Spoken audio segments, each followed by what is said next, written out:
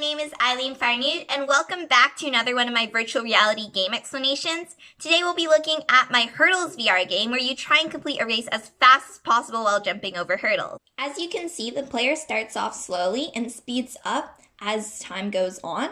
You press space to jump over hurdles or the trigger on your headset. And if you go crash into the hurdle, then you suddenly slow down and you have to accelerate once again to get back to the speed you were at before. So you keep going, and the time that it takes you to complete the race is shown on the screen, and once you pass the finish line, it shows your final time. And then after you finish, the game restarts, and you can play this as many times as you want and see how fast you can get. So now we're going to be looking at the code behind our virtual reality game. And first, we're looking at the code that deals with the player. So over here, we can see that this part of the code deals with moving the player forward. So we set already a variable to equal the speed at which the player moves. And originally, the speed of the player is actually 0, as you can see up here. Now, what this means is that we have a variable acceleration, and after each second passes, the speed of the player increases by 1 every second until we reach the maximum speed, which we've set over here. And next, we have the code that deals with making the player jump. Right now, the input to make the player jump is actually the spacebar, but if you are to put this with a VR headset, like the Google Cardboard, for example, you'd have to set it so that the input is a trigger, and when the trigger gets pressed down, then the rest of the code will go, rather than the spacebar. Over here, we can see that there's the jumping cooldown. So that essentially means that we've set a variable to equal how much time it takes between each jumps. So we must wait, over here it says 0.6 seconds before you can jump again. Lastly, in order to detect whether or not you've crashed into the hurdle or the finish line, we have this part of the code.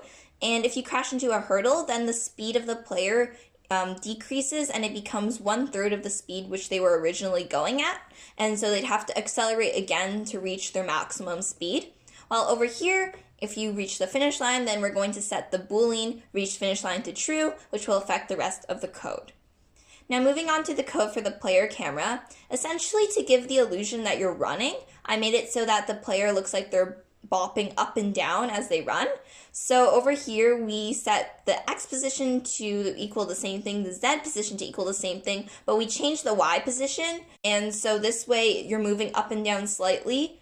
As you can see, we have the amplitude and frequency because it's in the shape of the coast curve. And finally, over here, we have the game controller code.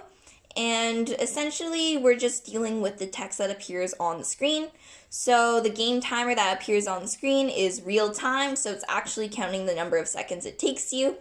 When you're not reaching the finish line, this is the message that will appear on the screen, and it'll say, avoid the obstacles, press the button to jump, and the time. And then over here, once you've reached the finish line, it will show you your final time that it took you and say you won. And lastly, over here, in order to restart the game, we have restart timer as a variable. And essentially, once that reaches 0, then we're going to restart the scene so that you can play the game as many times as you want. And so that's all for today's video. If you have any questions, feel free to leave them in the comments below, and check out my other virtual reality games on my channel, such as Flappy Bird or Fruit Ninja. Thanks so much for watching, and see you in the next video.